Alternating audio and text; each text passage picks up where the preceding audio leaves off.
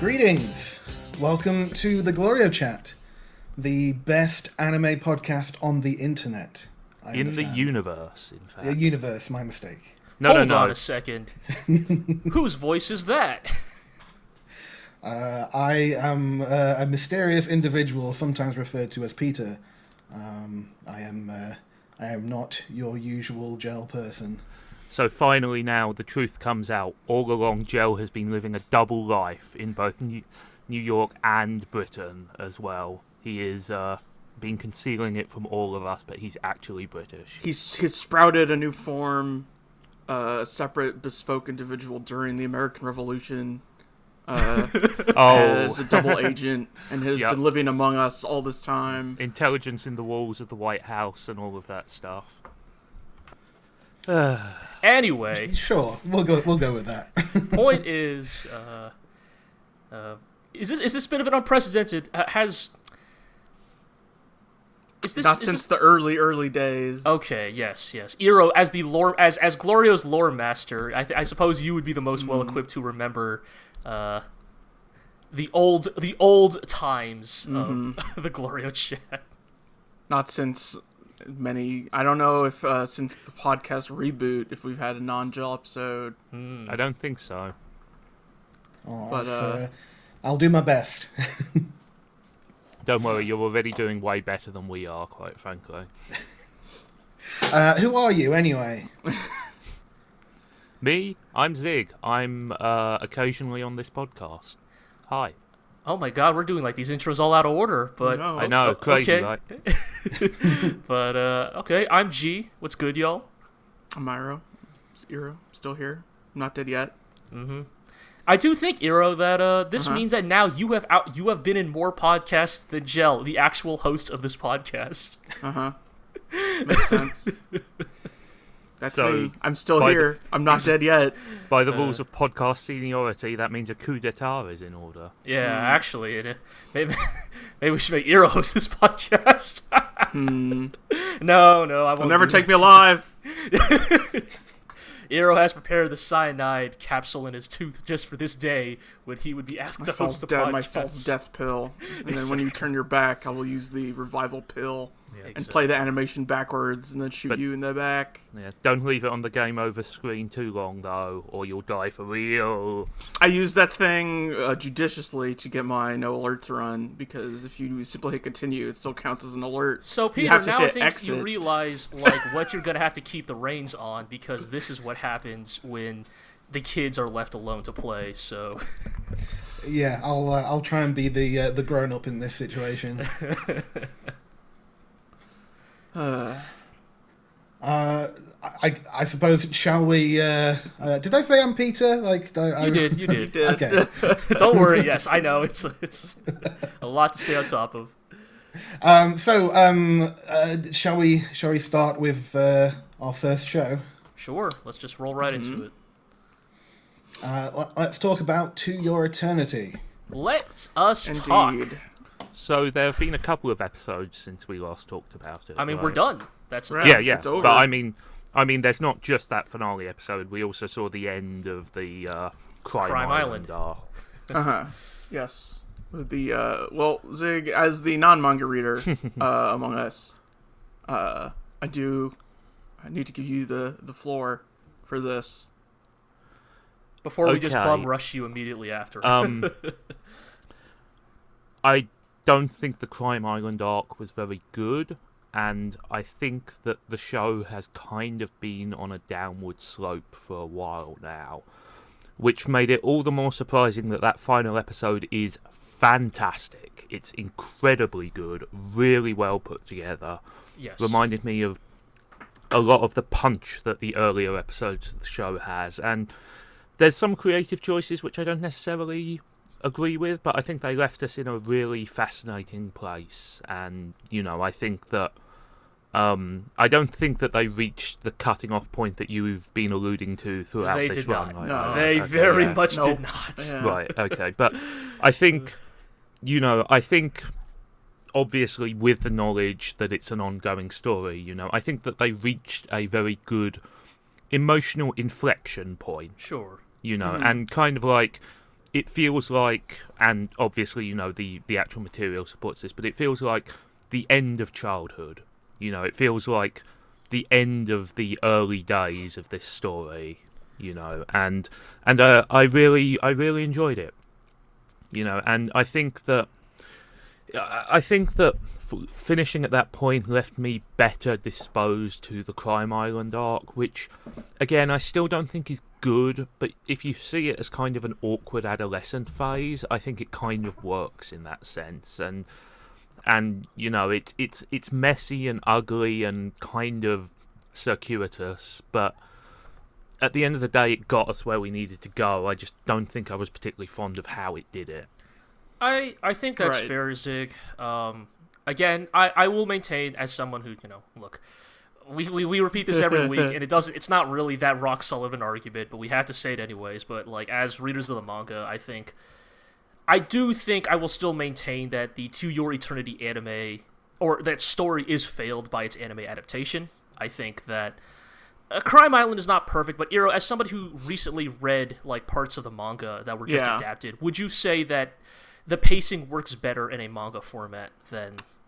I think it does, and I think just because of the realities of anime production, where you would get episodes that just frankly looked bad. Yes. In a manga form where it's a much more consistent presentation. Yeah. Across the board, that helps it a lot, I think. Right. I will say that the back half of the Crime Island arc's attempts to do, you know, body horror and stuff were greatly impeded by the very limited animation. Oh yeah, no, definitely. Like, that is definitely like an area, like that's the thing that I point to when people argue like a good story is a good story regardless. This is why I argue that we are speaking about a visual medium. Like, I remember reading the manga and like how deeply unsettling the reveal of the knockers are, especially their ability to subsume human beings. One specific example I can point to is that there's a bit where a knocker tries to invade Hayase's arm, and she like rips it out of her arm and like tosses it away. And in the anime, she does this, and you're like, damn, she ripped that out of her arm. Wouldn't it be like gross? But like, you can kind of see her arm, and it just looks normal because of the anime. Like, I guess you can't show too much violence, but in the manga, no, like, she did rip that out of her arm, and it is like torn and fleshy, right? Yeah, I definitely think as well, in terms of, you know, the idea that this story was meant to end with basically a zombie invasion. Like, it's kind of hard to take too seriously when there's like, instead of like 1,000 zombies on the screen, there are 10, and they kind of move at 2 frames a second. You know, it feels like they're also I'm fighting an army in a PS1 like there's definitely an aspect where I think that like the gravitas of the situation is failed by the production of the adaptation. I will say, like, so a lot of the things Iro and I were saying at the beginning of our coverage of To Your Eternity were based on the assumption that it was not going to receive a sequel. Right. And so that is why many of our feelings about how the show was going to wrap up were couched in a very certain type of language. And honestly, it is still couched in that language because, like, this now means that this thing that Iro and I keep alluding to will happen in like episode 2 of season 2, maybe episode 3. Yeah, and that's like that makes it even more awkward that like season 2 is going to open up with this gigantic like thematic climax, and I think that can work in the sense that you're looking to make a splash for a new season. But one of the creative decisions I did think was very weird was that like the 30 seconds we get at the end of the final episode of adult Fushi that is a cliffhanger that a manga chapter did end on right before a short break of a few weeks too. Yes, but that's the thing, right? Like, that sort of thing works when it's a couple of weeks, because then it's like, but it's gonna be like a year, right? So that means that like for many people, they're going to spend the next year with their last image of Fushi being like him a little older and grizzled and like laughing at a dead knocker, and it's like it just doesn't have the punch, right? Like, I mean, it certainly raises some questions, but it's just kind of so out of left field that you're kind of left feeling puzzled, which is odd because the whole of that last episode is so very good at, you know, sort of wrapping up an emotional thought.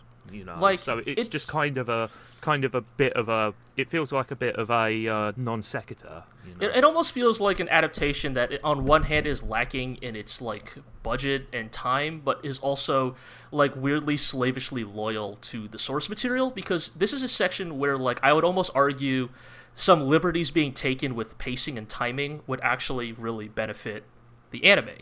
Like, Aaron and I have talked about this a lot, but there is an introduction of a character or even a group of characters that will be meeting with Fushi soon, that even just teasing them as your post-credit stinger would have like had a lot more impact and would have you asking a lot more questions. Would lead more gracefully into the meta plot of season 2. Yeah, like because that's the thing. The last episode does here and there like prod and poke at those moments, right? Like the last episode does show that that it is implied that Hayase survives, right? That in some form, right? Yes. Like after her confrontation with the Knocker. I mean, that's not a huge surprise. Right. But there's implications of what was the deal Pyoran made with the Man in Black, right? Like, there are, like, good lingering plot points that I almost feel would have been stronger cliffhangers than the one they picked. And it's a shame because I agree with you, Zig. It's a funny thing that, like, I mean, I think it is fitting, and I am glad that, like, if Brainspace had only so much time and effort, that they put them in the 2 episodes that matter the most, the first and the last. But it makes it a bittersweet thing, a bittersweet thing that, like, I'm glad they did Pyoran justice. I'm really glad that they gave her. I cared more about Pyoran, who had not appeared for like in any meaningful capacity for like a dozen episodes than any of those kids on. And it's a shame. It really is a shame that like the way the pacing worked out. It's like you lose out on this character for such a long stretch of time. And I don't know. I'm curious. Like it's definitely a thing of like my feelings on To Your Eternity would be much different if it had ended here. But knowing it's going to get a sequel, it's a weird thing. That doesn't necessarily make me feel more positive on it, but it's more like maybe I'll be willing to continue seeing how they try to adapt this.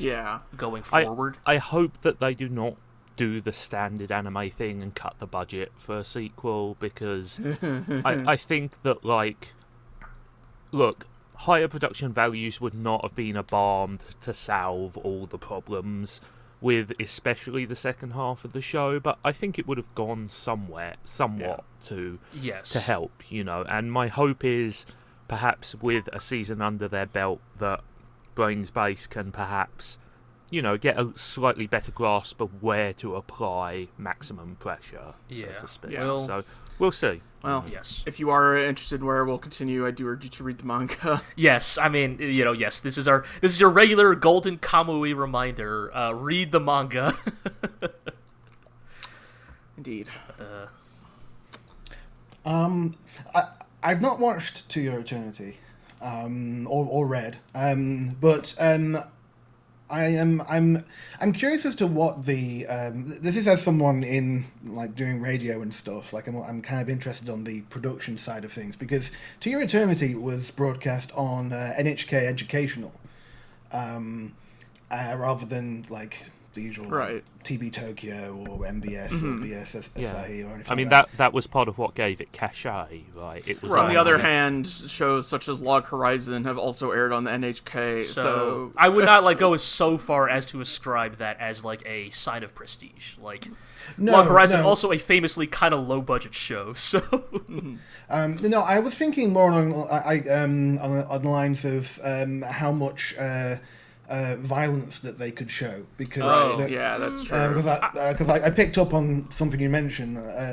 You're saying that compared to the manga, there were bits of it that seemed a lot tamer than what were in the manga. I'd say it's still fairly violent by non-late night anime standards. If we're talking about like just content, like, you know, there are children dying on screen. There is a naked woman on screen for a couple seconds. Like, I'm not like I have no clue. Like I'm speaking completely out of ignorance here. I don't know what NHK's like broadcasting standards are, but there's nothing about To Your Eternity that strikes me as like it was intentionally neutered for the channel. Yeah, I had a fairly strong reaction to some of the stuff that they put on screen, you know, and I don't think that like bathing it in buckets of blood right. would necessarily it's have not, made. It's not one of those types of shows. Yeah. Anyway. No. Right. There, and to my recollection, there's no like black ink smears, censoring gore or anything either in Eternity. So we don't have the big black blob. Yeah. Over Fushi, over Jotaro smoking. Right, like, Fushi ain't smoking a blunt here or something. But also, if he was, he's like 800 years old, so like it should be fine. Well. Yeah, I just was a bit curious on that. Sure, fair enough. I mean, the only thing that I can say is like just the stuff I've heard anecdotally is that when it comes to anime production, like budget is an issue, obviously, but time is always the main always issue. usually time Yeah. more than money. Yes, so that is why I usually try to say both budget and time, or sometimes manpower. Sometimes it's all three. Yep. I mean, time and manpower are linked, right? Yes, like the more manpower you have, the less time. Like you can get more things done in less Yes, time. indeed. So As a programmer, I would disagree, but Well, Sorry, speaking of a show ex-programmer. that seems to Yes. have its production Yes. handled quite well. I mean, when you're, I think sometimes these Western co-productions will have more time put into them. They bring a little money, they bring a little time, you say? Yeah, They, seems like that. They got the golden briefcase they opened up, and it's full of what are they called? bullion. Doubloons. Doubloons. I was gonna say hourglasses to represent time, but sure. Thought you were trying to segue here. I was. All right. Well, whatever. We're talking about Pirate Princess. Okay. Yes. Zig, have you watched any, or is it just me and Eero on this one? No, I think I'm one episode behind on this. Okay. I think I haven't seen the the last one I saw was the one where the quirky mini boss squad trapped them inside the hidden cave. Yes, we have not watched this week's episode yet, so Okay, we are in pace. So I mean, I think that show continues to be what it is, and that's not meant to be a criticism, it is a very fun, enjoyably pulpy adventure. I really do wish that every other anime did not have to have Joan of Arc in it. What, you're not here for another Joan of Arc secretly survived being burnt at the stake? I heard, I don't know how true this is, but I heard that when she goes and looks at the door or whatever, that there are signs that it is the grave of one of the people who claimed to be Joan of Arc. Oh, that would be her really death. good. And it was supposedly one of the somewhat more credible claims. That's very good because I can't go full we can't go full Legend of the Glory Heroes historical tangent here, but one of the favorite things about the immediate post Joan of Arc execution era is the weird cottage industry of Joan of Arc imposters that started popping up throughout continental Europe. That happens every time somebody look up all the fake Anastasia Romanovs. Yeah, but it's just it's just the thing of we live in this era before photography and accurate identification. So if you could just walk the walk and talk the talk, yeah, people might just believe you. Yeah, I'm not sure how true that claim was. I did not do any research myself, but is what I saw some people saying. I could see the anime being the anime. I could easily see them doing the thing of, oh, that imposter actually was Joan of Arc, switch but places. a new Elias or something. See, the hole in that argument though is if you're Joan of Arc and you've escaped being burnt at the stake by a rabidly furious English army, you're not going to come out and then say, "Hey, I'm Joan of Arc," are you? But don't you see? That's the big-brained play. She's pretending to be someone pretending to be Joan of Arc. You wouldn't burn me again, would you? Exactly. Anyway, they would. Damn. I have La Pucelle, what a genius. I have been amused by Fena's willingness to just throw everything into the pot, because fuck it. First we had pirates, and they were ninja pirates, and I was like, all right, anime, you gotta get your Japanese Nipponi steel in here to show that you're the best martial artists around. Folded or whatever. 1,000 times, baby. And then we include Joan of Arc, and I'm like, all right, anime, you got Joan of Arc in here, all right.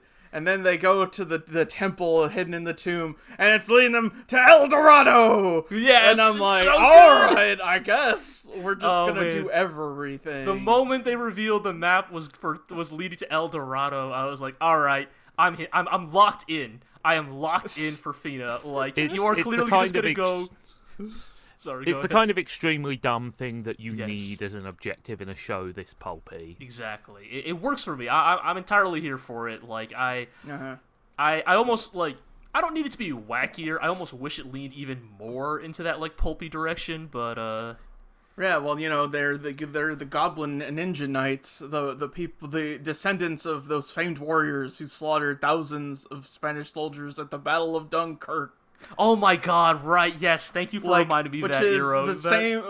Ninja Slayer, as a joke, is talking about how ninjas fought in the Texas War of Independence, right? And that's like... It's a funny, like, Fena's tidbit, to say this straight face. Yeah, exactly, right? Like Ninja Slayer is doing that as a joke to just, like, mix absurd words together. By the way, it was the Ninja Texan War of Independence. Of course. I just wonder if, like, the writer is genuinely unaware that there is an incredibly famous Battle of Dunkirk and just pulled the name out of a hat. Were there ever Spanish troops deployed there? Because they explicitly say there are multiple battles of Dunkirk. Yeah, but I mean, the famous one is the World War II one. Yes, but I think they're alluding to, like, a more medieval one. Yes. You know, also the pirate queen, or the captain's name is Grace O'Malley. Grace O'Malley, except she speaks Spanish. Also, all those Spanish-Irish people hanging about. Also, she has a tan that no Irishman could ever, like, realistically achieve. Like, completely impossible. Like, I think, you know, steering back onto the actual show for a second, I think my major issue with it so far is I like the show, I like the silly things that are happening, I like the baddies, I think, you know, the quirky mini-boss squad of lady pirates, including lady with a 4-barreled shotgun or rifle or whatever, is great. Like, our heroic ninjas are kind of bland and interchangeable. Yeah. Like, Iro, you and I, like, when we were watching that episode, we briefly got confused over which tall, dark, handsome guy was which at one point as well, as if you recall. Like, it's just, they're not terrible, you know, they're perfectly likable, but they seem kind of subdued compared to, like, the crazy shit that's happening in the plot. I think an issue that, like, the cast runs into that I'm going to approach from a pure, like, explicitly a visual character design standpoint is, okay, so of your ninja band, not only are they all wearing kind of the same clothes, like the same uniform and style, like, in fact, we'll contrast them to, like, the pirate squad that shows up, right? Pirates show up, immediately you see huge diversity in body type, clothing, complexion.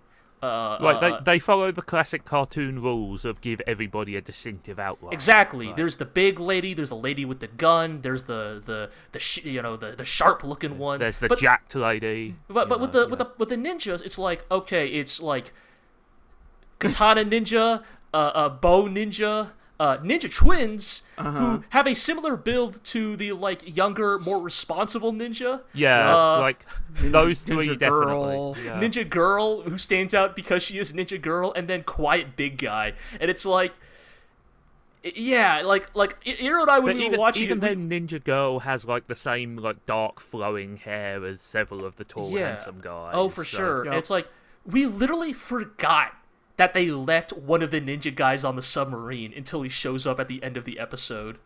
Like, the more responsible one. Because he just looks like the twins, so... they're just not doing a great job of making... Like, Fena herself is fine. She's cool. You know, I like her a lot. But everybody else is kind of wallpaper. You know? And again, you know, it's not an egregious crime. Like, I think they're perfectly likable.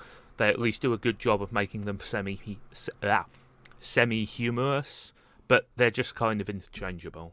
Yeah. But I am enjoying the show, though, as just a pulpy action adventure. There are no emotional stakes here. It is just swashbuckle time. I do also always enjoy when we go to medieval anime Europe, which is, a good fun trip through some weird just international sail our submarines through the rivers of France. Yeah.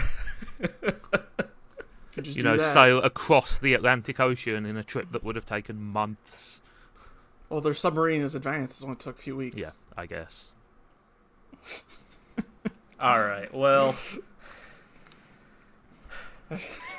Is it time? I think it is time. I think it is time to talk about D-Side Traumerei, the animation. What a mess. Have you been following this one, Peter?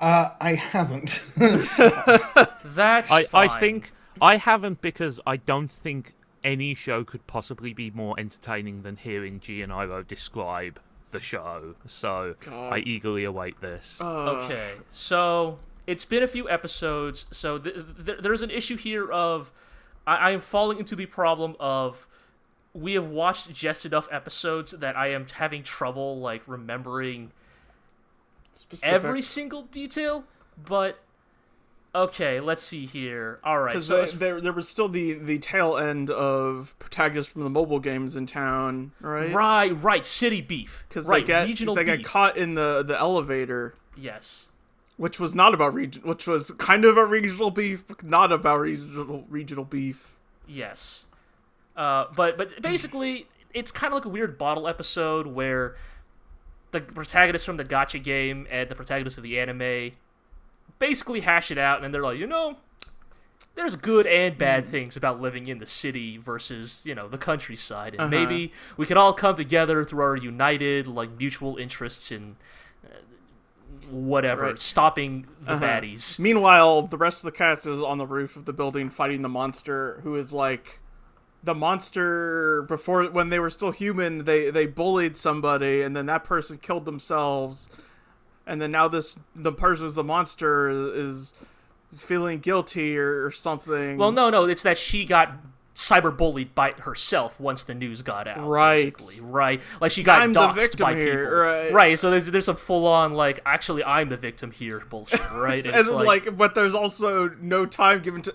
We just cut to this occasionally while the other guys are having a heart-to-heart in the elevator. Imagine a bottle episode in which two characters are locked in an elevator hashing out their personal issues, and then it occasionally cuts to 30-second segments of a monster explaining how she drove a girl to suicide and got doxxed in retribution, and it's just explained so matter-of-factly, that's just good dichotomy, man. That's parallel writing, parallel bathos. Oh, it's so crazy. Anyways, they hash out their beef, and then the next episode is the time loop one. Oh God, okay, that's right. God, remember the time loop? God, that was a week ago. Anyway, yes. They turns out they're reliving the same day at school over and over.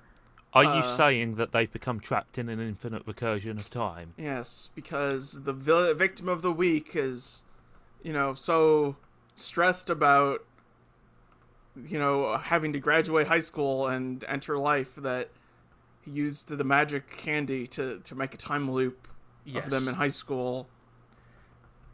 It's just kind of a classic, a kid afraid to grow up, worried about, the ways in how one can be hurt by becoming an adult, right? And it's it's actually fairly relatable, but the protagonists are weirdly really shitty to him.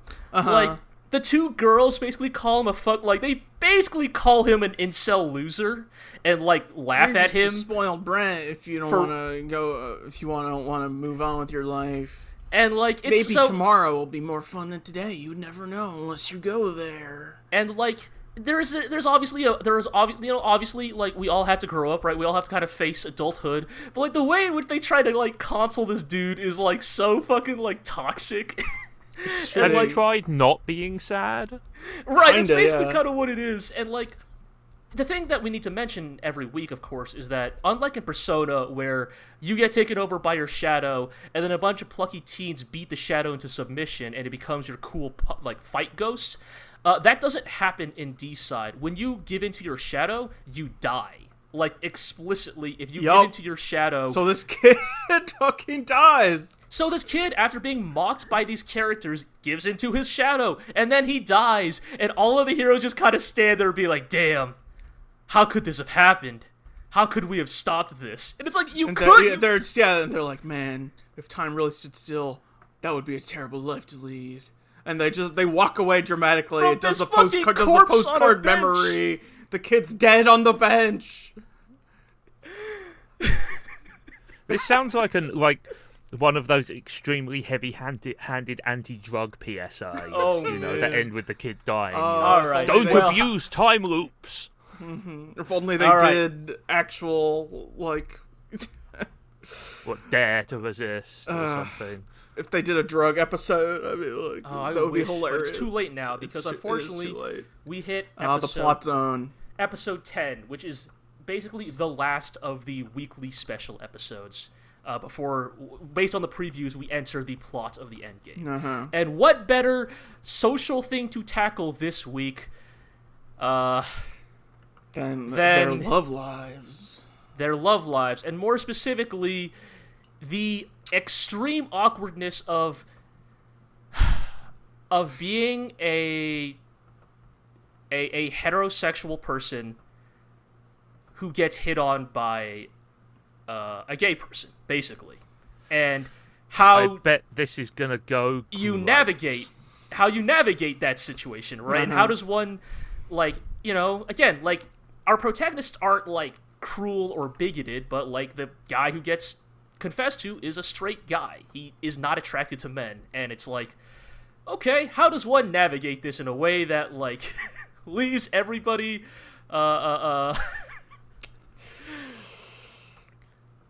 So, right, I joke about gay panic, but also, it very much... This is not praising D-Side, but also this is not condemning D-Side. But I'm going to straight up claim here that D-Side Traumerei quite literally handles the topic of, LGBT relationships better than any Persona game has ever managed. That is an extraordinarily low bar. Yes, exactly. But it is still a bar that D-Side manages to pass that Persona consistently fails. Right. So basically, main guy finds a love letter in his locker and goes, "Oh man, I can't wait to meet her." And they play this for quote unquote laughs for a few minutes until he does meet the person, and it's a boy. And then he's like, "Oh no, well, maybe we should start as friends." Right, it's the classic, dude is just so, again, not bigoted, but, so dumbfounded that he just, does not know how to, adequately respond. And the thing that I was really worried about is that, he kind of has this, a very Persona-esque dynamic with the rest of his crew, right? A sort of, friendly but teasing, relationship, right? So I was, deeply worried, the girls are gonna find out about this and then ha ha ha, shit on him super hard, right? Make fun of him, and the implication here being the mockery is from haha, you only attract men.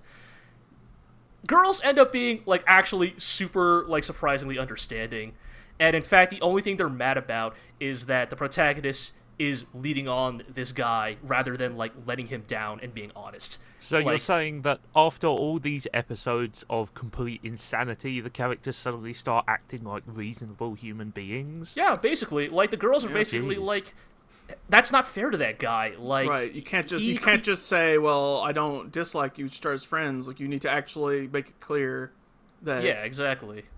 Yeah. And it's again, weird. Again, it's the thing about D-Side where despite all the fucking insanity that we describe every podcast, there are these occasional glimpses of insight into human nature that are weirdly on point, but they are maybe one every 10 instances. Also, D-Side's written by the writer of Persona 2, right? Which is the one Persona game that has a gay option. Yes. So, Anyways, so once that gets taken care of, then the next, chapter of gay panic sets in, which is, the evil gay, which is... Because he was rejected the guy becomes the victim of the week and starts giving in to the bad juice. Right, the evil shadow whispers in his ear, "Hey kid, if you do the drugs and give your soul up to me, I'll make it so he falls in love with you." And, he lets it happen, and, long story short... They do stop it before it kills him, at least. Yes. And it's kind of just taken care of. Like, honestly, like... The main character does have an honest heart-to-heart with the guy and lets him down. It's like, look, I just can't be what you want me to be. And then they punch the monster, and it kind of just gets wrapped up like and that. And then they reveal that the guy's glasses-wearing best friend, who's not been seen since episode 2, is actually the baddie! The real villain, who would have guessed? An Appmon-level twist. Yeah, so... Nothing is that level. In a lot of ways, I'm not going to call this episode disappointing, because I shouldn't actively root for harmful things to be made in media. But on the other hand, I was kind of ready for this to be the train wreck to end all train wrecks, and it ended up just being merely. But the distinction there is that I think if this had been a horrible train wreck, that's actively harmful, to the viewing audience. Yeah, so that's why I am making it clear here. It's probably for the best that it was not actively offensive and harmful, but also this show has handled so many other topics with the grace of a sledgehammer, boxing gloves on. Exactly, that it's I was so ready for this one to also kind of hit that level.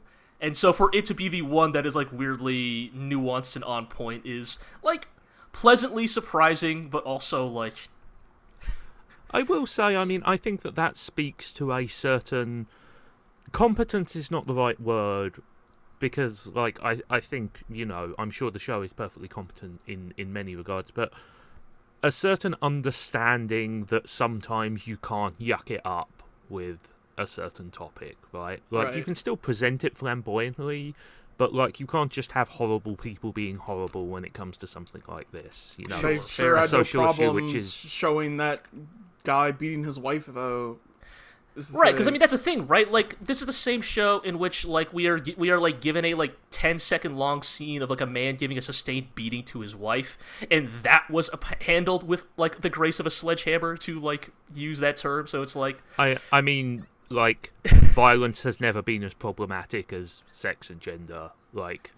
That is always the bizarre dichotomy that has dictated modern mass media. I guess what I mean is I don't I get what you're saying, Jel. I'm sorry, not Jel, Zig, but I think no, please compliment me more. But I think for better or worse, this definitely feels more like a case of accidentally stumbling into something, because just because based on their track record, I do not get the impression that the writers were suddenly oh man, LGBTQ relations are actually a real deal. We gotta do this right, when they have handled topics that are just as grave and dramatic in human society with none of that nuance. Right. So...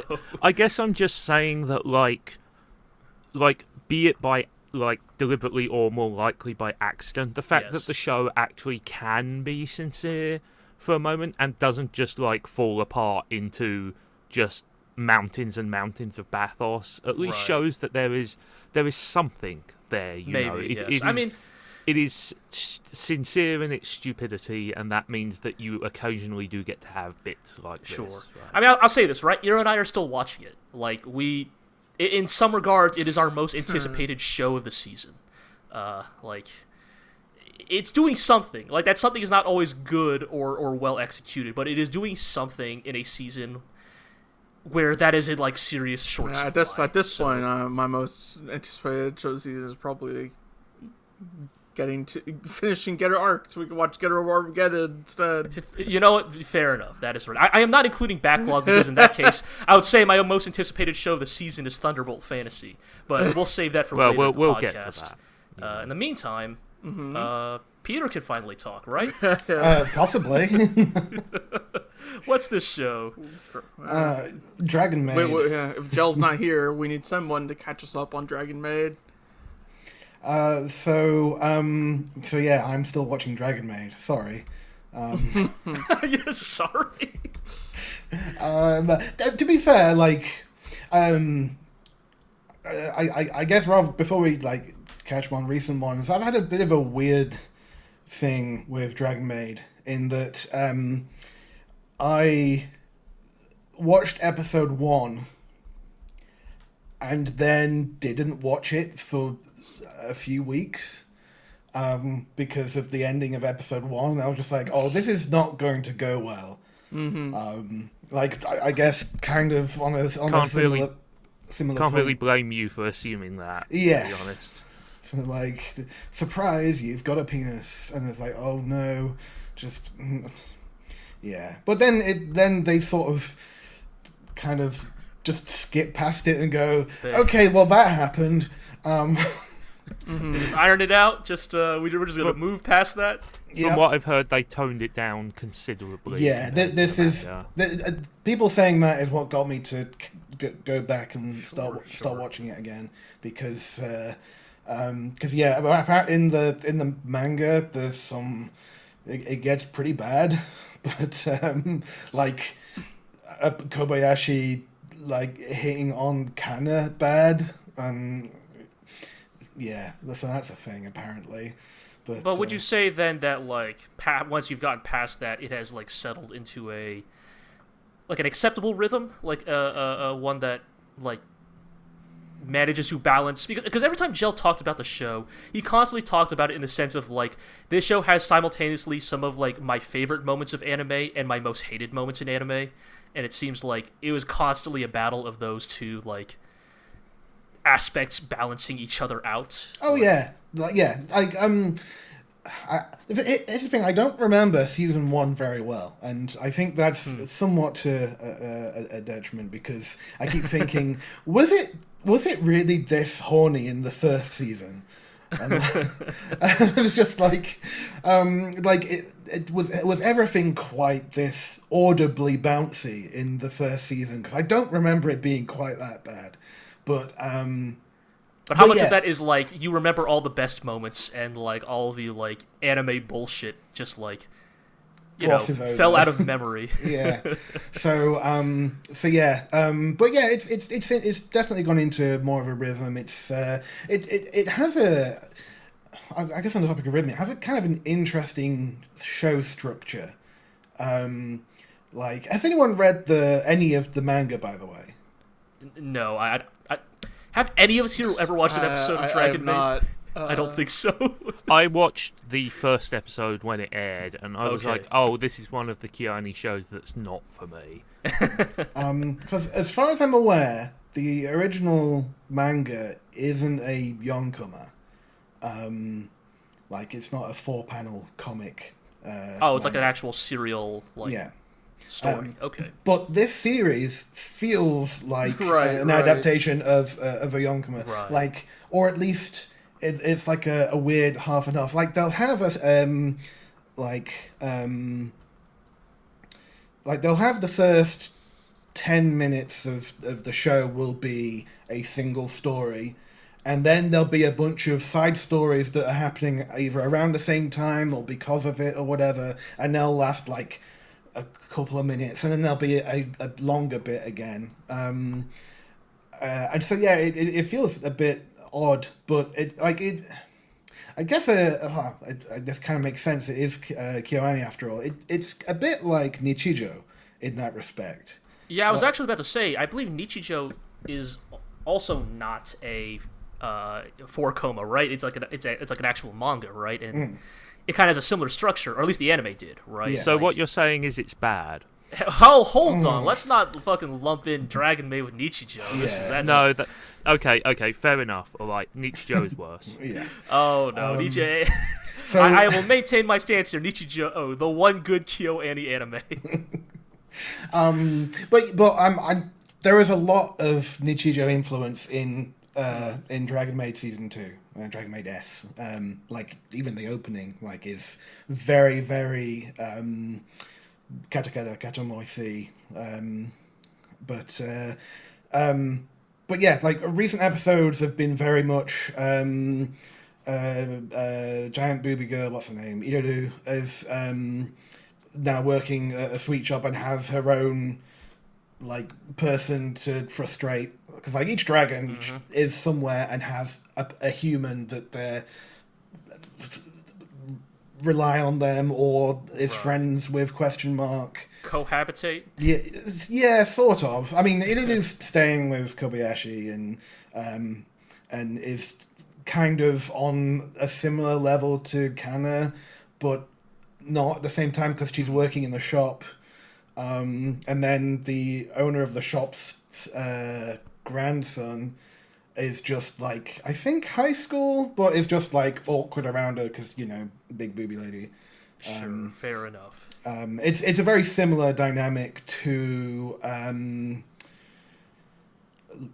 Luca and Shota. Luca and Shota. Those are the names. Except the ages are reversed, basically. Sure.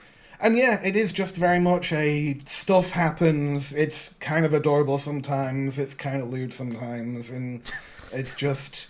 There's not a lot I can like. It is pretty. Like there's some really cool moments, and there's some. I mean, fair enough. It is KyoAni, so. Right. Yeah. I think I'm. You know, my major interest in this has been as the first major KyoAni project since the terrible disaster that befell them. Obviously, I've been interested to see how much of their traditional style and strength is preserved. You know. Right.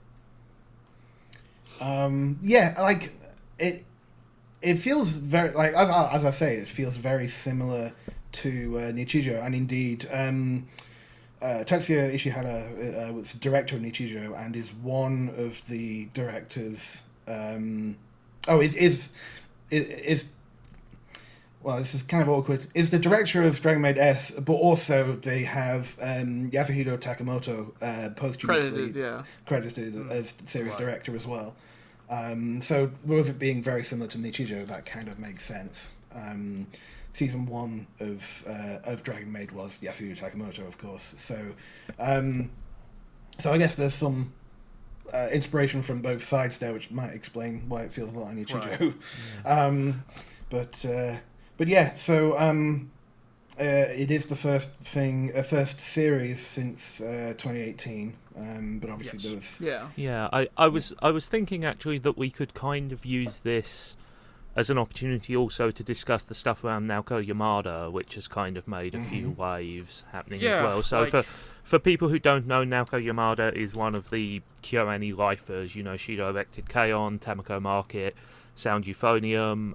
She co-directed that with Ishihara. She also directed the respective movies. She directed Liz and the Bluebird and A Silent Voice. So, you know, she is top tier, you know, KyoAni lifer. And the big news was that she left the studio and is making her new series, the Heike story, at Science Saru with Eun Choi and the crew over there. So it's a very interesting move because, you know, like for despite like how you feel about like their output, KyoAni is sort of famous for like being a pretty decent studio, right? That like is invested in the growth and development of its talent, and so it's like what. Again, and I'm not here to like speculate, but I'm very curious what drives someone like that talented and at a studio that treats its talent well to like strike out on their own. And you know, the technical skill of the KyoAni animators is beyond reproach. Right, and so that makes me wonder, like, is there something about the story she wants to tell that she believes that only because let's not like fucking give Science Saru the short shrift, Tokyo Sinks excluded. Like Science Saru has put out some really excellent stuff in the past, but of a very specific style. Right, and also, you know, there have been alleged issues with labor and crunch, like there have been at pretty much every anime studio that's not KyoAni, but, you know, and put it this way, it is Science Saru, although, you know, it has produced some very acclaimed works, it does seem to be a more traditionally set up anime I would studio, suspect that, let's yes, say. but you know. And so that's why I'm very curious. Like, and you know, I don't know if I'll ever get the like tell all, so to speak, but I would certainly read an interview about her reasoning for joining Science Saru, because Yeah. Like, I don't know, maybe it's just that she has a story she wants to tell, and she thinks that KyoAni can't tell it, you know? Like, yeah, I mean, I've said this about KyoAni in the past, you know, but it does seem that their house style is somewhat of a straitjacket at some point. Like, you know? And for better or worse, they tend to go with, like... they tend to go with things that feel like they're going to do well financially, if that makes sense, right? Like, even if, you know, they can be good works, they can be, like, meaningful, sincere works, but they're always works that feel like they have enough of that it factor to, like, always guarantee, like, decent BD sales, you know, like, whether that's, like, cute girls or, you know, a certain setting. It feels like... boys. Or hot boys, yes, exactly. You know, and it's difficult because, of course, that financial muscle is part of the reason they can offer such good working conditions and stable environment. But, I mean, I think, you know, if you look at Yamada's filmography, you know, I think that something like A Silent Voice, you know, is... some of the more serious, more dramatic material that KyoAni has done in a while, you know. Yeah. Liz and the Bluebirds, certainly more experimental than the main Sound Euphonium series, you know, which a very good show, but very much in the KyoAni wheelhouse. And to me, you know, you are moving to a studio that is renowned for, like, extremely out there sort of animated anarchy projects, you know, stuff like the Tatami Galaxy or, you know, the work they did on Space Dandy, Azok and that kind of stuff, you know. To me, that says that you are trying to push your creative boundaries, but I think obviously we don't know for sure. Yeah.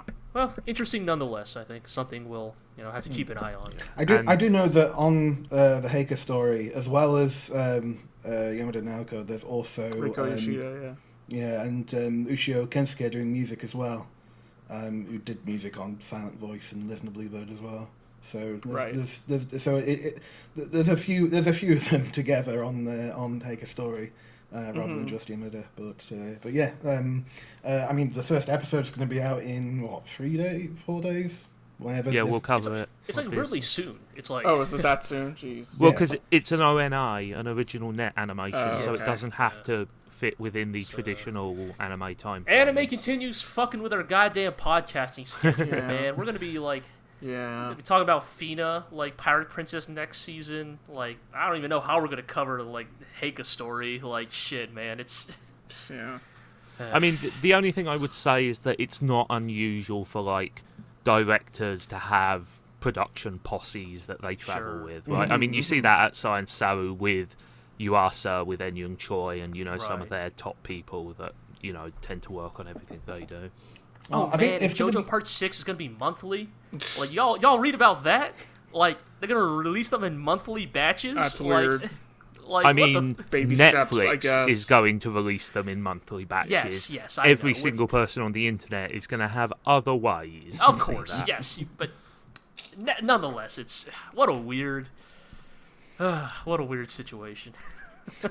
just briefly before we get on to the next one, on the topic of Science Saru, I can't remember if it was mentioned on the podcast already, but the sequel to Tatami Galaxy is being done by Science Saru. Yeah, I heard about that. Yeah. I'm super interested in that. But again, but there's a part of me that deeply worries that like I am now past the age where Tatami Galaxy resonates with me, but there's a part of me that hopes that the sequel is being made knowing that and understanding that. But it's going to be kind of interesting because Yuasa stepped down as president and isn't directing it, so it's someone else at Science Saru doing it. Right, it's Shingo Natsume. Oh no, right, that's the thing that made me nervous. Is he also writing? No, writer's not. the Ueda Makoto.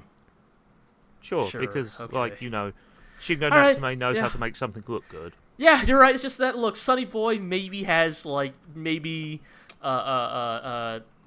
the luster of Shingo Natsume's style. Going out of order in the show notes. All right. Let's talk about Aquatope instead. Okay, let's just get this out of the way. Who thought Kukuru was gonna like commit a crime at that aquarium? Right, like the way that shot was framed in episode 9. Right. Also, what happened? Did we miss an episode? Good question. like between episodes 9 and 10, right? Like, I actually have not seen episode 10 yet. No, I have also not seen I've not seen episode 4 yet. Oh my god. All right, okay, so I'll try to carry this then. Sure. So, as you all know, episode 9 was the one in which, like, the lady from the other aquarium visited, right? Yeah. And she was like, "Oh, you fucking small-town aquarium, Everyone you know, here it's is bullshit." everyone here is so provincial. Yeah, yeah. And, like, I think they actually did a surprisingly good job of exploring the nuance of that conflict, right? Of, like, Kukuru, like, no one has doubted Kukuru's, like, devotion to the aquarium, but also, like, she kind of did inherit it. And, like, from the perspective of, like, somebody in their mid-20s right out of college who's trying to get a job in what is described as a very competitive industry, Yeah. I can understand where that resentment comes from. Yeah. But so the weird thing, right, is that the episode ends with that stinger of Kukuru standing in front of the fucking, like, aquarium like this is fucking Cloud in front of the Shinra building or something. Like, it's, like, framed in the way it's like, is Kukuru about to commit a crime? Well, minor spoilers, but episode 10 basically kicks off as if that stinger never happened. Oh, sure. Like, it doesn't even address it. Like, episode 10, like, it's just She was just scoping out the competition. I guess she's just back at the aquarium, and, like, it is not alluded to in the slightest. Like, not even a little bit. And it's a really kind of weird narrative cut. Like, it almost feels like there was supposed to be an episode between 9 and 10. Because 10... I actually like episode 10 a lot because of many of the reasons why I liked parts of Sakura Quest and Shirobako, in that it's pretty dark and cynical. Like, because, like, in episode 9, they had like a week and a half or something before it was supposed to close. Yeah, and so episode 10 is kind of just about facing the inevitability. Right. Like, Kukuru has exhausted every option, and, like, it's becoming fairly apparent the aquarium cannot be saved. She basically tries to go for a last-ditch Hail Mary of trying to advertise the Vision Quest as a feature of the aquarium. And thankfully, every single character she says this to steps in, is like, Kukuru, you can't advertise, like, delusions as a come and get high in the aquarium of an aquarium. Like, it's not viable. Like, this is literally false advertising. You could get in trouble for this. And it kind of explores a little bit of, like, Kai's backstory, like the blue-haired dude and his relationship with Kukuru, and, like, it kind of gets into this thing of... he has kind of just been, like, long-suffering childhood friend 101. Yeah. And they kind of get into that more in a way that's, like, again, pretty cynical. Like, I don't know, long story short, Kai basically does see a vision, and rather than tell Kukuru about the vision, because he knows that if he told her he had a vision, it would get her hopes up. Right. He lies and says, he I just didn't see sandbags anything. it. Yeah, he's like, no, there are no visions in this aquarium. Like, this aquarium can't be saved, Kukuru, basically. And the thing is, like, I think all along the decision to go with the fact that the aquarium cannot be saved is the much more brave one. Oh, without a doubt. Like, but there's still more than half of this show to go. So that's the problem. We still have another, like, 12 episodes of this show. But also, there's a part of me that's, like, excited, because how many anime cover, like... You failed at your goal, and now you have to deal with it. Yeah. Like Sakura Quest starts with that. Shirobako flirts with it, but I don't think I've ever seen one of these, like, workplace anime that is explicitly, like, you have outright failed in your mission, like by every metric, and now you must live with your failure. And I kind of want to see that. But what if that's not what if that's not what happens? What if suddenly there is a miraculous or possibly even literally magical reprieve? Oh man, I hope not. Like, the because show has that's a way you can fill another 12 to 13 episodes. Right, because the show does have magic in it. Like, the local god or delusions whatever are implied to be real, and you have the little boy river god or whatever, and it's like, I hope that's not where it goes. I think after episode 10, I would like to believe that the tone they're communicating in this show is that this is a show about falling down and, in theory, getting back up. And I hope that's where it goes. But you are right, Zig. That specter always hangs in the air. And also, I just have my doubts about PA Works' ability to close on... I'm not even going to call it a cynical take, because I think it is a realistic and, we all fail sometimes, and sometimes we do have to abandon our dreams, When I was 5 years old, I wanted to be an astronaut, but then I realised I couldn't be because I wasn't born in the United States. Is that really how it works? Has there never been? No, of course it isn't. But I was going to say, but you do have a serious leg up if you're fair enough. But the point is, failing and sometimes not reaching where you want to be is a part of life. Right. I don't think that's cynical. That is an important lesson that we all learn. Of course, at one point right? or another. And it needs to be reminded that Kukuru is 17 or something. They explicitly show her birthday in this episode, and I have never felt so old in my life. Her birthday is July 7th, 2004. Don't be ridiculous. 2004 was just the other day. I literally felt my body shrivel and die. Yep. Cough up some tomb dust, Yeah. But yeah, it's Kukuru, you got your whole life ahead of you. Please don't burn down an aquarium. Or do. That would be badass at least. So that's the thing, right? The episode doesn't address it all. So I am I don't know what happened to that plot point. So I don't know. Maybe we'll find out in a couple episodes. But yeah, that show continues to be what it is. But I also find myself to continue to be, still compelled by it. Mm-hmm. I'm encouraged that it sounds like they're going a little deeper in this upcoming episode. Well, upcoming for me, at least. But, I think that they are going to have to keep going deeper and deeper for me to, feel anything. Because so far it has just been, it has been that playbook to a T. And, it's fine. It's very pretty. It's, everybody is nice. And there's just no tension or frisson or anything like that. It's so paint by numbers. I think you're mostly right. I would say I don't know, check out episode 10. I think they are starting to introduce some friction in some interesting ways. Again, sure. Yeah, I'm not saying there's going to be some grand conflict, but I do think that there's an element of with the aquarium coming to a close, tensions and relationships are being tested because it is a stressful period for these people, and that is starting to come out in episode 10.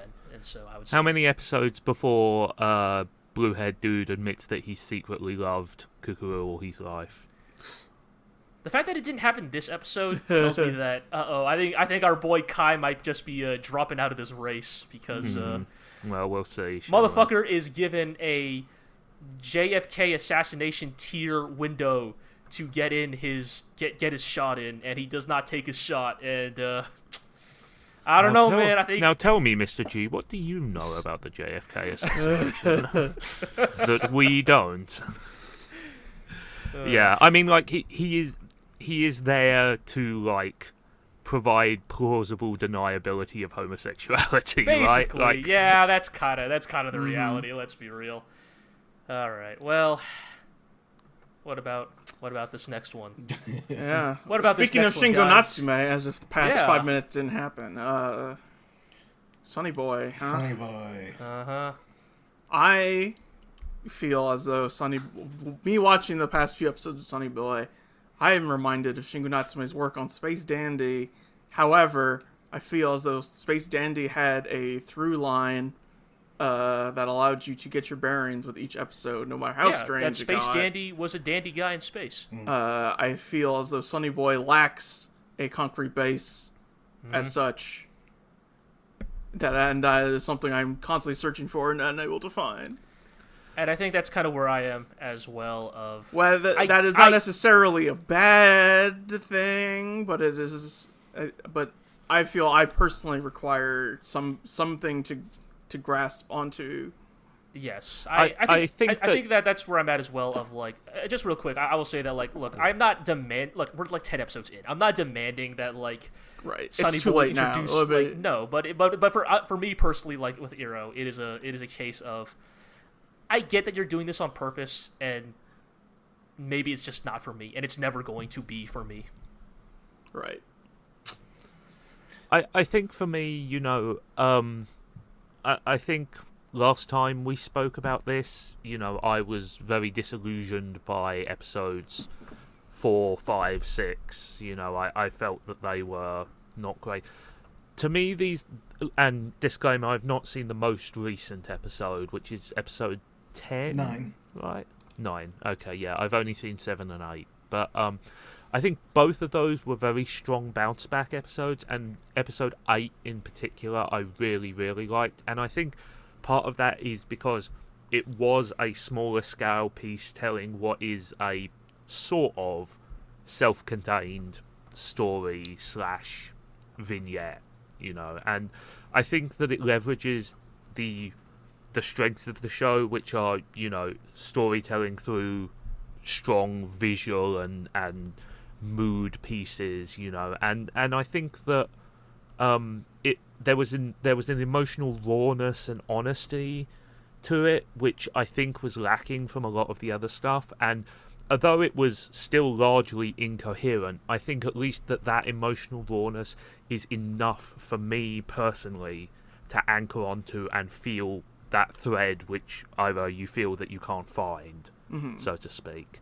And as I said, I don't think that means that it is any more understandable, but in that episode especially, and to be clear, this is the episode about the past of Dog Boy, what's his name? Mysterious crystal plague or whatever. Crystal plague and stuff. Yeah, I think that, there is a focus on character-based storytelling there, and it's still all very abstract and very big picture, allegorical, philosophical stuff, but I think that there was enough emotional investment in there for me to really feel that for the first time in a while that sort of storytelling was working and it was getting to me. The vibe I was joking about, it was the vibe I got from episode 8 was this is the backstory to a minor sub area in Dark Souls or something. Yes. Yes. This is the backstory of a minor. This is the Dark Souls lore video that you find that somebody's pieced together from item descriptions and 2 NPCs. Right? Exactly. This is a minor covenant or something. This is like a vendor in Dark Souls, and to take that joke and sort of expand upon it, I think that non-verbal allegorical storytelling is inherently stronger is hard, but it has a leg up when it is dealing with tragedy, because tragedy is such a direct emotion that appeals to you in a very visceral way that I think it is easier to communicate that sort of feeling through a very sustained audio-visual barrage like that episode was, And I think that there are plenty of things you can ding that episode for, it's more Manic Pixie Dream Girl bullshit, and it sort of goes round in circles a bit. But I think, like I said, I think there is something there, and that something was enough for me to get invested and enjoy, the way they tell the story. I did appreciate the use of non-linear storytelling there because it makes it kind of authentically weird and rambly in the way that you might tell a story from, thousands of years ago that you are barely remembering, And I think it is the first episode in a while that has focused truly on how characters feel and how that affects the things they are doing, rather than just feeling like the characters are doing things because they're doing things, And again, I'm not defending it as perfect. I think there are plenty of problems with it, but it did make me invested. I get that. I think I would agree that I think if I can remove my biases and preferences, looking at it in a vacuum, I do think that episode 8 is one of the strongest episodes of Sonny Boy. It clearly. There's a way in which it carries itself. You can feel, oh, this was the one, right? This is the one they This is the episode, Yes, and like I said, I think a lot of that is because they are effectively telling a bottle story. You know, it is because it's a whole episode flashback, effectively. And I do think the fairly regular cuts back to the present day actually help, because they sort of add to the air of being on a journey. But yes, like, if you do have the advantage of, like, one of the big things we've knocked for Sonny Boy is that there just is no plot to sort of thread the various scenes together. And because, you know, you have a simple story but you're telling it in so little time, almost by definition there is a bit more continuity between scenes. Peter, you're a comic book Sonny Boy as well, right? Yeah. So I watched the latest episode earlier today. I thought it was pretty good. Like, I don't really have quite as fine a description of how I feel about the show. Like, I'm enjoying it. I don't think there's been an episode that I've actually disliked. Maybe the monkey baseball thing, but I was gonna say, come on, but otherwise, like, I've not really hated any of it, and like, it's, the characters are all kind of interesting, and they all have their own weird stuff going on, and I've just been, like, every episode has been an interesting ride, but the lack of any like, yeah, like, it's, yeah, the lack of any, as you say, there's no real thread connecting it quite as much, apart from they just want to get home. But even then, it's like, it's starting to see, like, there's, like, a lot of them aren't that fussed at this point. But yeah, like, it's... I just want to say, I think it's really interesting that they've effectively excised 90% of the cast, which is kind of an admission that they weren't actually that important to begin with. So it's telling, I think. Yeah. But yeah, everyone has been kind of interesting, even if I'm not quite sure how it all fits together. They're all really interesting to look at. I like they do seem to experiment with some animation styles sometimes, which is fun. And yeah, I can't really say that much about it. It's just really, I just enjoy watching it. Hey, I think that's fair. You know, like, it's definitely, like, visually probably one of the more no, not even one of the more, I would say the most visually impressive show this season. Yeah, I mean, like, with Natsume and the team he has assembled, though, like, that was a fairly safe bet even before we started, right? Like, the thing I will say is that after, like, Monkey Baseball and the few episodes surrounding that, like, even I, who is, like, classically the person who likes weird fucking bullshit stream of consciousness shows, I felt like even I was out, and I feel like these past few episodes, I'm not all the way back in yet, but like, they restored it to, this is something I want to see more of, you know. And I think to a certain extent, I think the thing I was surprised by was how they righted the ship for me in that regard. All right. Well, speaking of righting the ship, got a Robo Arc.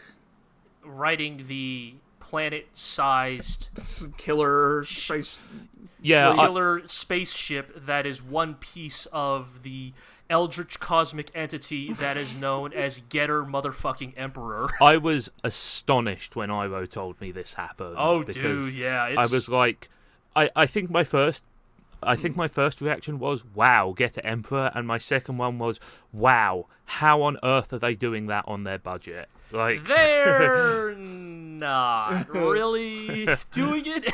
I mean, Getter Emperor just is like there. All right, so, like, so far up till now, Getter Robo Arc has been pretty simple. Like, we're on Earth and we're got in the robot and we're fighting the evil bugs that are coming in from space, and our last resort is we gotta take the fight to them. We gotta go in through their portal and fight the evil bugs from space. So they did that. And they pop out on some exoplanet, and they're like, all right, time to fight the evil bugs from space. And then the Getter fleet arrives, and Musashi, who died many years ago by blowing himself up, appears and is like, all right, kids, you didn't just go across the galaxy, you also jumped thousands of years into the future, and you need to join the Getter fleet because humanity has used the power of Getter Emperor to take over the universe. Except for these guys, they're trying to stop us from taking over the universe and killing everyone by going back in time to kill Earth. So we're going to exterminate them first. With our dark death beam. And the power of Getter Emperor. And, like, this all happens over the course of, like, 15 minutes. Oh, yeah. And so I was just like, what? We've escalated so heavily. Yeah, it sounds like they've completely spun around the premise of the series, basically. It's like if episodes, like, 9 through 23 of Gurren Lagann happened in 15 minutes. Like that level of escalation. I should probably clarify for people who understandably do not know what Getter Emperor is. It is basically many years before Tengen Toppa Gurren Lagann existed. Like, galaxy-sized robots were the preserve of Getter Robo. Getter Emperor is a robot so large it almost fills the known universe, basically. Yes. Getter Emperor was the OG big dick giant robot. Like, right, it's supposed to be like the primordial form of Getter Rays. Yes, it is the primordial Getter. Like, all Getter Rays the ultimate evolution of Getter Robo. The characters are basically told, because for reasons, we the Getter Emperor fleet cannot destroy the evil bugmen. You from the quote unquote present have to go in and do it. Oh, you brought these Saurians with you? Well, once you're done with that, we'll just kill those guys. Yeah, there's like a bit where like it's very much like a case of like meeting. Like, it's very much a case of, like, meeting your war hero grandpa and then remembering he was a huge racist. Uh-huh. Because, like, Musashi was he was the OG Getter 3 pilot, you know, with Ryoma Nagare and Jin Hayato.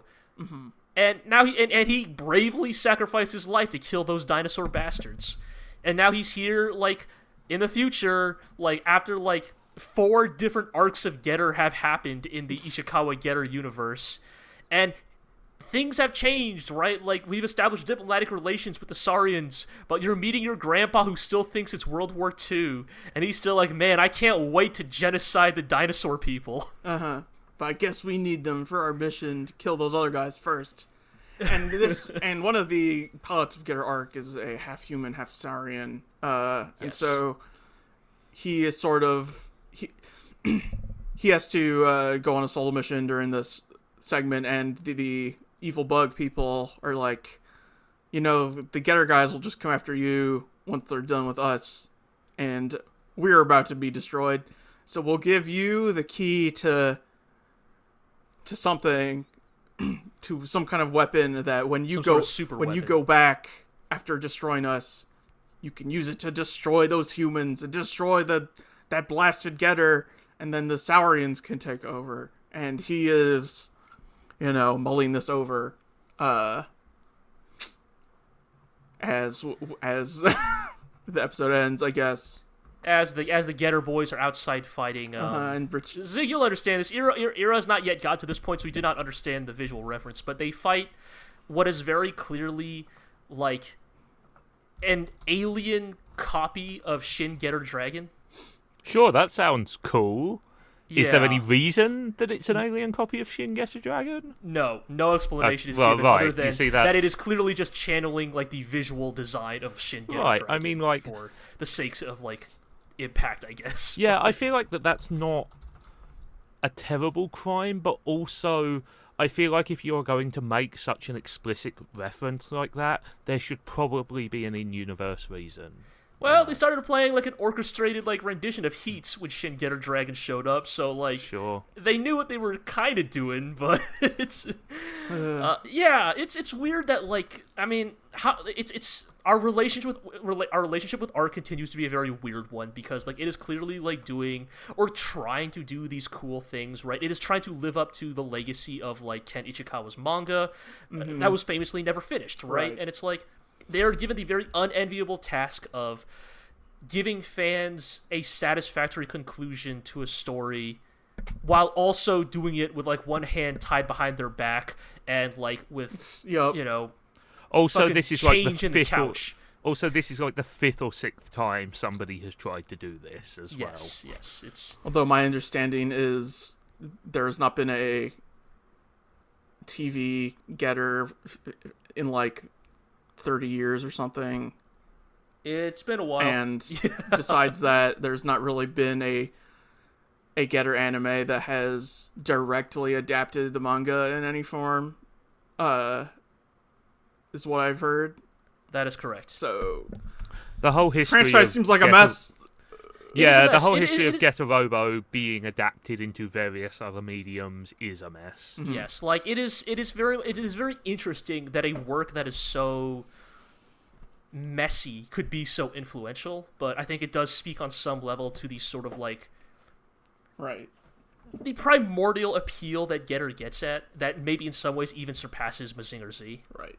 But it's kind of up in the air whether I think whether this anime will like give a quote unquote proper end to Get Robo Arc, or if it will simply end where the cliffhanger was in the manga. So well, they got 2 episodes left, so we'll find out. I mean, fucking A, like, Getter Emperor hasn't even combined yet, right? It's still the 3 ships version. Like, it hasn't even done the full combination. It's like, well, that's got to be coming, right? Like, how many planets have they destroyed so far? A lot.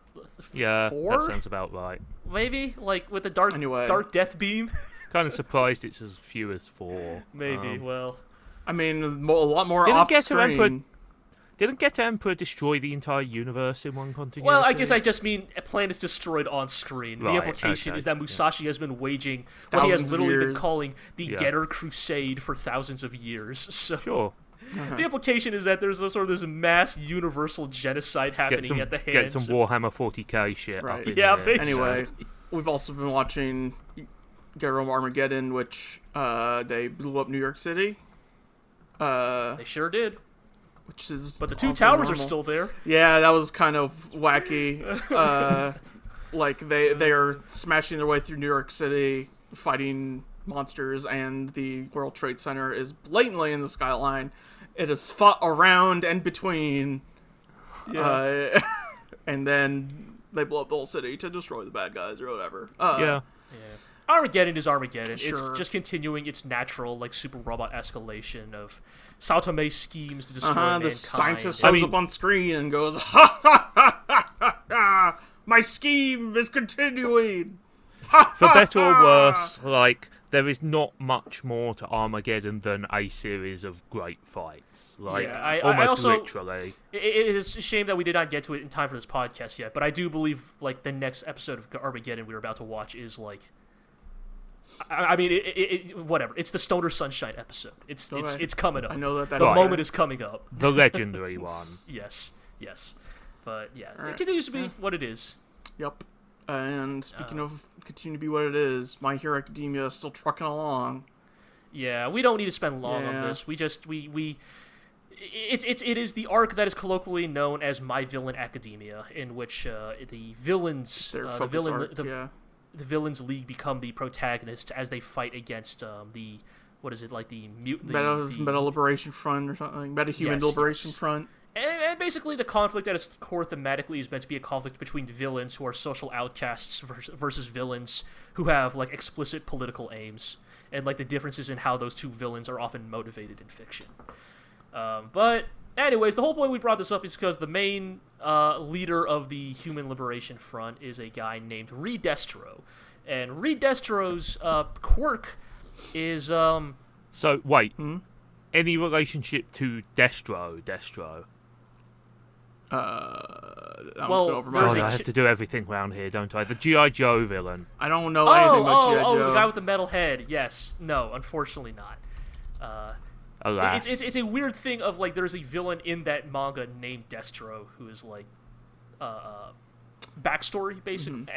For all we know, it is a reference. I don't know for sure. But, anyways, Redestro's power is that he basically, he's like the Hulk, but instead of being powered up by getting angry, more specifically, he gets powered up by being stressed out. And the thing we arrived at is, he's like, actually, like, the most powerful version of this would be if Redestro was a millennial. The millennial Hulk. The millennial Hulk could possibly be the most strongest being in existence. Sure, print it. Yes, a being powered by stress. Right, we're like this guy is losing against the, more main character villains because he's supposed to be, he gets stronger by being stressed out, but he's a CEO, he's rich. He's a CEO. He's got no position reason to be of privilege. He has never felt true stress. Like, he claims he's stressed out, but, like, he's also a multimillionaire. Like, ironically, Redestro would be stronger if he was a mid-20-something with a mountain of college student loan debt. Like just imagine if it was just a like low-level political activist, or exactly, or just use Twitter. Yep. Like he would power up. Right, because like the whole thing is Redestro powers up by getting stressed out, right? So in the show, it's like he thinks about like his cause and like what drives him to fight for his cause, and that makes him stressed out. And I'm like, that's baby shit. If you looked at Twitter, like vaccine denialism, right? Like Twitter did. My power levels increasing. Exactly. The president said, "What? What's going on in Afghanistan?" Like easy would have like blown away the villains, like not an issue at all. But because he's a CEO, because he has privilege, I feel like he has actually not lived up to his true potential. So, here's my take on it. Redestro would have been way more powerful if, in the past of the My Hero Academia universe, Get a Robo had blown up the Twin Towers. Perhaps that is a bad taste joke, but no, that's fine. Whatever. Anyway, and that's all we have to say about My Hero. That's all we have to say about My Hero Academia. Speaking of blowing things up, actually, there is one fairly important development which we need to talk about before we finish up this show, which is there's a new Kamen Rider. Wow. And like, it's better than the last one in the same way that, filling your eyes full of red hot needles would have been better than the last one.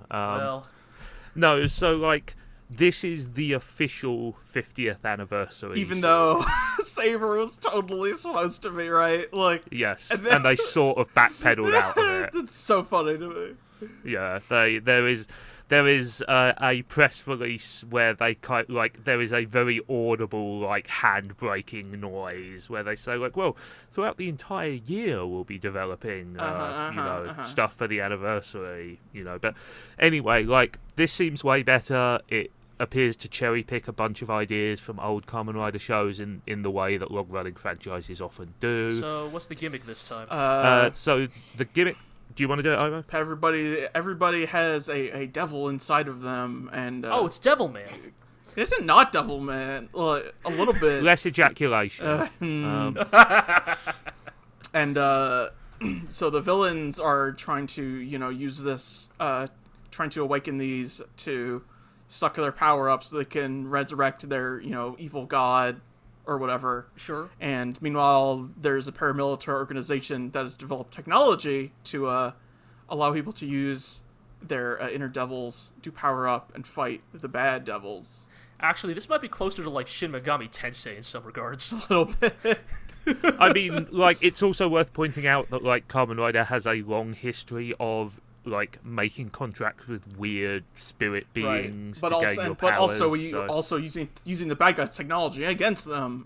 Yes, the bad guys, by the way, are dressed in what I can only describe as Day of the Dead meets Liberace outfits. Wait, what? They're in super wacky costumes. Let me see if I can find a quick image. It's in the I put an image in the post if you check it out of them, the one where they bust through the wall. Wait, these are your villains for this arc? This dude in sombrero? Like, yep. Yep. Oh yeah. They're the bad this is your guys. main villain. He's well, we don't know that yet. Not like a dude in a rubber suit. Not like a dude like in like black. So they are Rider the three armor. like lieutenants. They are probably right? monsters as well. It's worth pointing out. But all like, right, fine. They did have monster forms. Yeah, the villains in Okay, Kamen Rider are almost always human because, it's kind of hard to act through a rubber mask. Yeah, fair enough. Yeah. But yes, these are currently the headline villains. Yep. It's pretty All good. right, man. It's pretty good. Sure. You know what? Anyway, so the big driving gimmick of this one is all the toys are like stamps, like the Japanese stamp you use to accept parcels. Right, because when you that. make a deal with the devil, you gotta stamp the contract. That's not bad. Actually, that's not bad. That's. Yeah. And anyway, the big story gimmick is that there are literally two riders, two titular right, when the riders. guy... Sorry, go ahead. No, there is Kamen Rider Revice and there is Kamen Rider Revice. Wait, isn't that a thing all the time? There's multiple riders? No, there is always a second rider and sometimes a third or fourth or fifth. 12 or 13 is the record. But the idea here is that they are both the titular rider and they are both, the main Gotcha. rider. Yeah, when he transforms, he transforms, and also his inner demon comes out and transforms into a different Kamen Rider. Gotcha. And of course, having twice the number of riders means you can have twice the number of sweet power-ups. Hooray. Does the demon have a cool voice? He is voiced by Todo from Jujutsu Kaisen. Oh, sure, okay, sure. He seems fine, yeah. I was about to say, does he have a cool voice like, what's his name in Garo? Zaruba? No, I wish. Not quite that cool, unfortunately. That's too bad. But yeah, it's It's always too early everybody, to call. it's always too early to call because, Sure. I say this every year, but these openers are so strictly formulaic that it's difficult to say. But it's hard to tell, But there's an important disclaimer here, which is I don't hate everybody straight away, which, again, was a problem with Saber. Well, that's good, I guess. Yeah. They're going for, a setup we haven't seen for a bit, where, there's a weird, our main character has a weird family dynamic. They run a bathhouse, so there's, wacky dad and, long-suffering mum, and there's some classic Kamen Rider shit where it's actually, his younger brother was meant to have the belt and be the Kamen Rider, but he chickened out, and that dude is almost certainly going to turn evil at some point, and all of that stuff. So they seem to have a bunch of new ideas, and the opener was fun. There was some great action. At one point, he kicks one of the bad guys through a concrete wall, which looks terrific. Mm-hmm. And I'm quietly optimistic. It seems fun. Yep. Hopefully it will be good and not the complete mess of a Kamen Rider was. Well, with that taken care of, is it time to enter the backlog zone? Stuff continues as normal, I think. Yeah, Ninja Slayer continues to be Ninja Slayer. We finally got to our favorite jokes in the series from the last time we watched it, which were... Alabama Drop. Yes, and no one can match the power of my Bio Iaido. The Alabama but yes, Drop also, also Oh Namu, the Alabama Drop, that technique that was famously developed by ninjas in the Texan Ninja War of Independence. And they specifically say that the Alabama Drop was developed because of the soft clay soil of Alabama allowed for the use of this technique. And the weird thing about this joke is that this is obviously a very dumb joke, but there's actually a kernel of truth to that. Alabama's soil is famously high in clay content, and this has given it specific properties that make it different from soil in other regions of the country.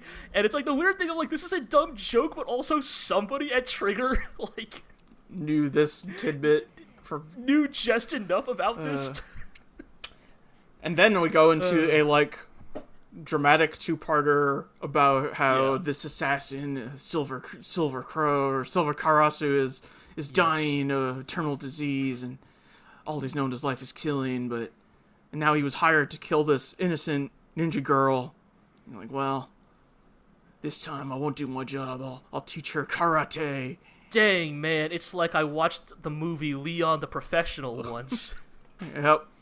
And so, in this show is a complete shitpost 90% of the time, and then you get this stuff that is still comedic because it is in Ninja Slayer, but as we say every time, the bits and pieces of Amemiya that you can see how they reach Gridman and Dynazenon.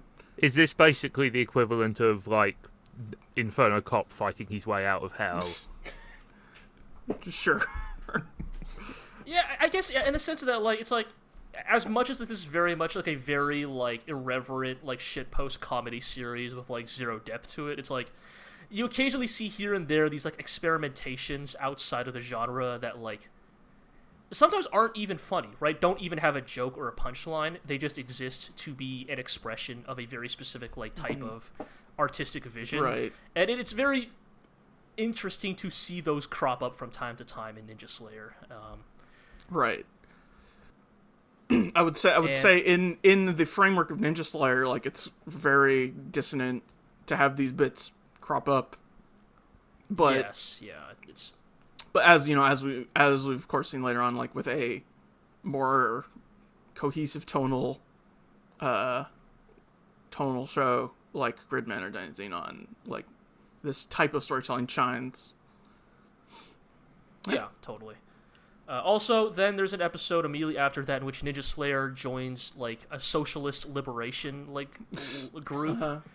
Like, fights evil red ninjas. Literal communist ninjas. Well, he initially joins the communist ninjas, but then, as always, as is wont to happen in communist revolutions, the commie ninjas hijack a train that's, like, transporting, like, I don't know, fucking weapons and material and stuff, but there are civilians on board, but they're dirty bourgeoisie children, and thus they must be purged in the name of socialism. And so, as I was joking with Ira, I was like, wow, I didn't know Ninja Slayer was so based and red-pilled here. Like, he turns on his communist, like, allies, and he's all like, like, you claim to stand for, like, liberation, but you're just using it as an excuse to vent your violence on the privileged or whatever. And there's a part of me that's like, yeah, I mean, I don't know there's much to apologize here. I mean, maybe we probably shouldn't kill children, but also, you know, maybe the bourgeoisie had it coming. But anyways, so, very you know, dumb, very silly. It's that show, yes. It did lead me to the musing, though, because this episode of Ninja Slayer was, again, about, like, a group of ninjas very much mauled after what feels like a, like, student socialist, like, activist group. And then there was also that one episode of Little Witch Academia in which Akko joins a labor movement. Right. And it's like, there's a very specificity to these, like, even though they're played as jokes, there's, like, a real specificity to, like, how they're portrayed. That I can't help but wonder, like, was somebody at Trigger once a member of, like, a student, like, labor front or something? Even comedy reveals something about the creator. Exactly, like, right? You like, can't help it. Yeah, like, that's kind of what I was telling Iro, is, like, even the types of jokes you make speaks to, like, your experience, right? And so it's like, was a Maishir Amemiya, like, in college, like, maybe they weren't a member of one, but, like, were they, like, dorm mates with, like, somebody who was a super hardcore, like, student activist, like, right, or something? Because, lived across the hall from the Judean People's Front. It's just, there's a real, like, specificness to it that it's like, huh. Alright, this crowd was cropped up multiple times. Exactly. Meanwhile, Thunderbolt Fantasy continues to be the coolest fucking show in the world. Just, like, straight up. Like, this show is fucking badass as hell. I love it. Like, just, it continues to be, like, wuxia action, just, you know, spectacle, but very, I think, very, I would say standard dialogue and such, but played, like, at 11, just with a great presentation on everything. Yeah, like, there's just such a pomp and circumstance to these puppets. It's so good, and you know, spoilers for, like, a 5-year-old show, but, you know, we're gonna pour one out for our boy SPK, Screaming Phoenix Killer.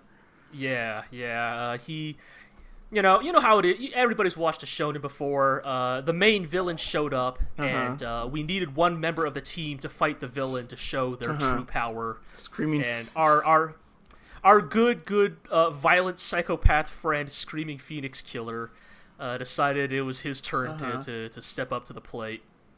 And it's a good fight, though. It's a good fight. Like, they do the classic wuxia thing of, like, this battle will end in... Right, in 8 moves or something. And SPK is like, that's enough for me. Like, 3 to test his limits, like, 3 maneuvers to close the distance, and then 2 killing blows or something, you know? And it's like, sorry, SPK, it didn't quite go as planned, but... No, but remember, Screaming Phoenix Killer is so skilled that when faced with the bones of creation, he foresaw his own death. But one who fights with the sword always lives a life of inevitability. Exactly. Yes. It's a thing of like, I have a real soft spot for characters who are introduced and are obviously going to die, and thus, like, the showrunners give them, like, they just pack a ton of good dialogue and moments into their short lifespan. Like, this character's only going to be around for like 8 episodes, so we're just going to make every line he says a banger, and every time he's on screen, like, really good. I mean, there's a reason they describe those characters as too cool to live, right? Exactly. SPK was too cool to live. Also a violent psychopath, but you know what? He was a good friend. Was he? Anyway... Good show. Good really show. Good show. Yes, I'm enjoying it. Yeah. Just a good dose of wuxia.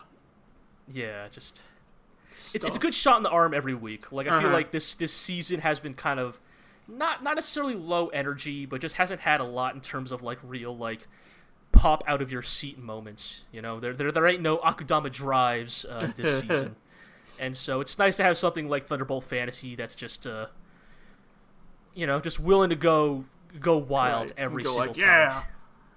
Yeah. So I think is that the one? Yeah, I think that wraps up this week's dose. Unless there's anything else. I know I'd like to mention, like, since I bigged it up so much last time I was on the podcast, Shadow's House is getting a 2nd season, which I'm. Right. Didn't you say, like, it needed one, basically, or... It ended in a way that left some space for, like, questions in the future.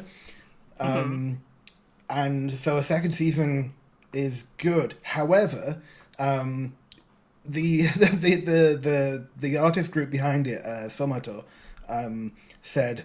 We were only told that we were going to be doing 1 season for, like, script supervision and stuff.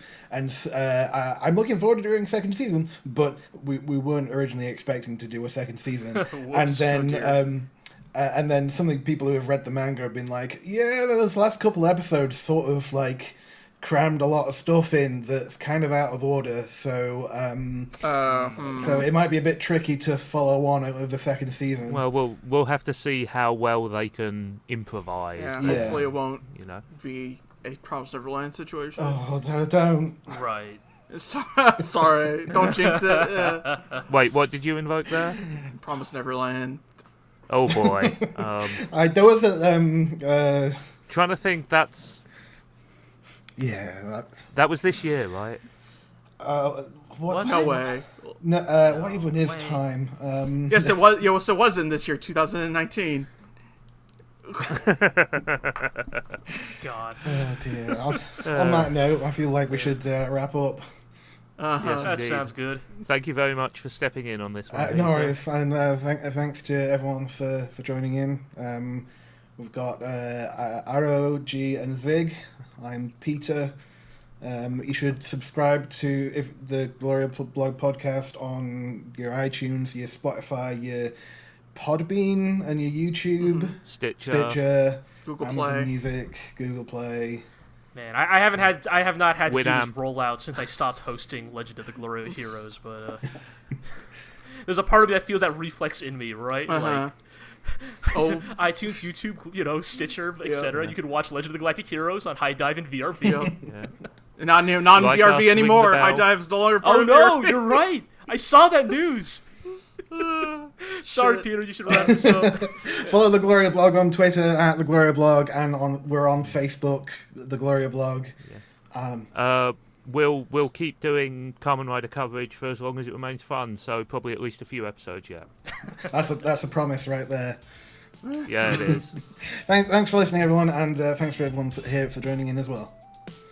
Peace.